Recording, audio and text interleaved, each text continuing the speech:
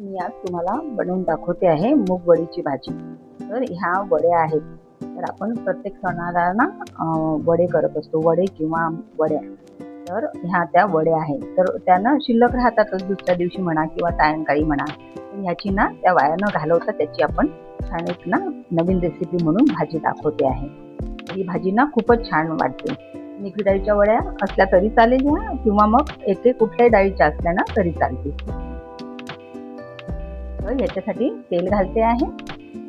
तेल खूप जास्ती घालायचं नाहीये, कारण ऑलरेडी ह्या तळून असतात, त्यामुळे थोडंसं तेल घालते आहे।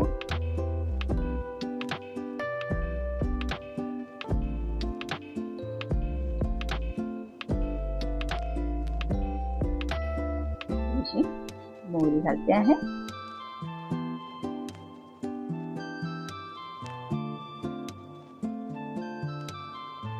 मोहरी तडतडू द्यायची आहे।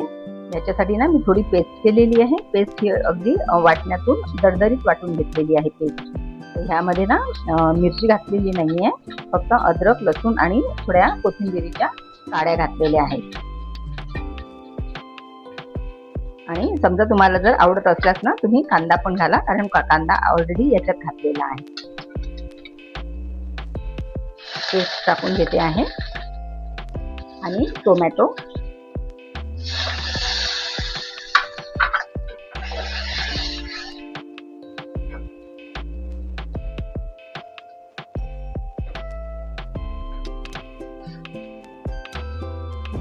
टोमॅटो घातल्याने ना की याचा जो तेलकटपणा आहे तो कमी होतो। थोडीशी हळद,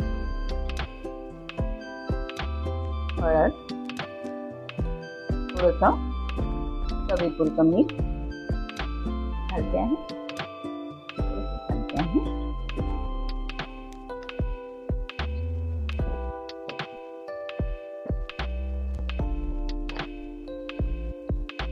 चवीपुरती थोडी साखर,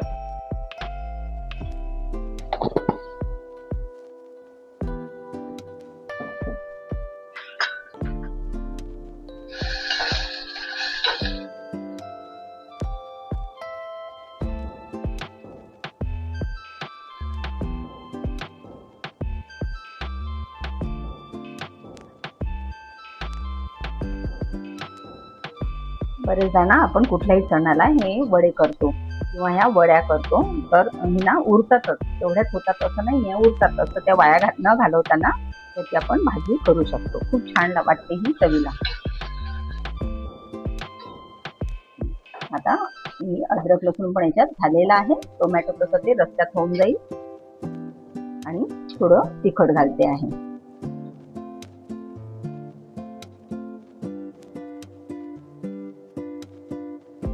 घालते आहे थोडं लाल तिखट,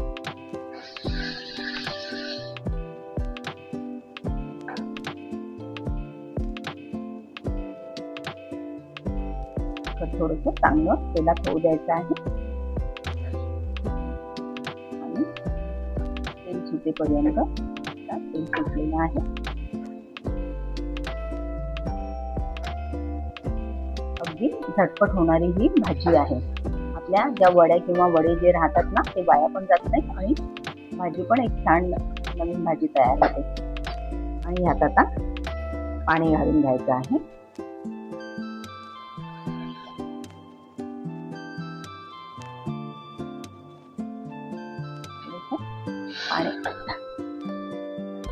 पाण्याला आता उकळी येऊ द्यायची आहे या रस्त्याला।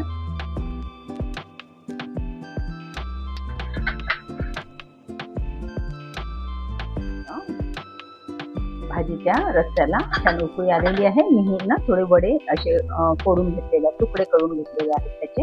आता हे संपूर्ण तुकडे त्यात टाकून घेते आहे आणि आता हे छान ना या रस्त्यात उकळी द्यायची आहे, शिजू द्यायची आहे। करून घेते।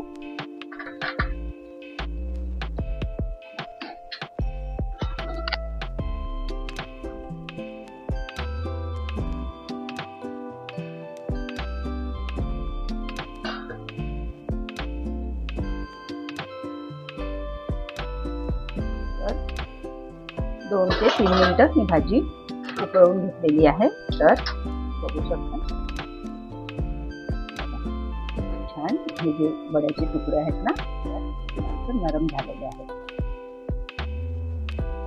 यात ठेवलेली बारीक कोशिंबीर आहे.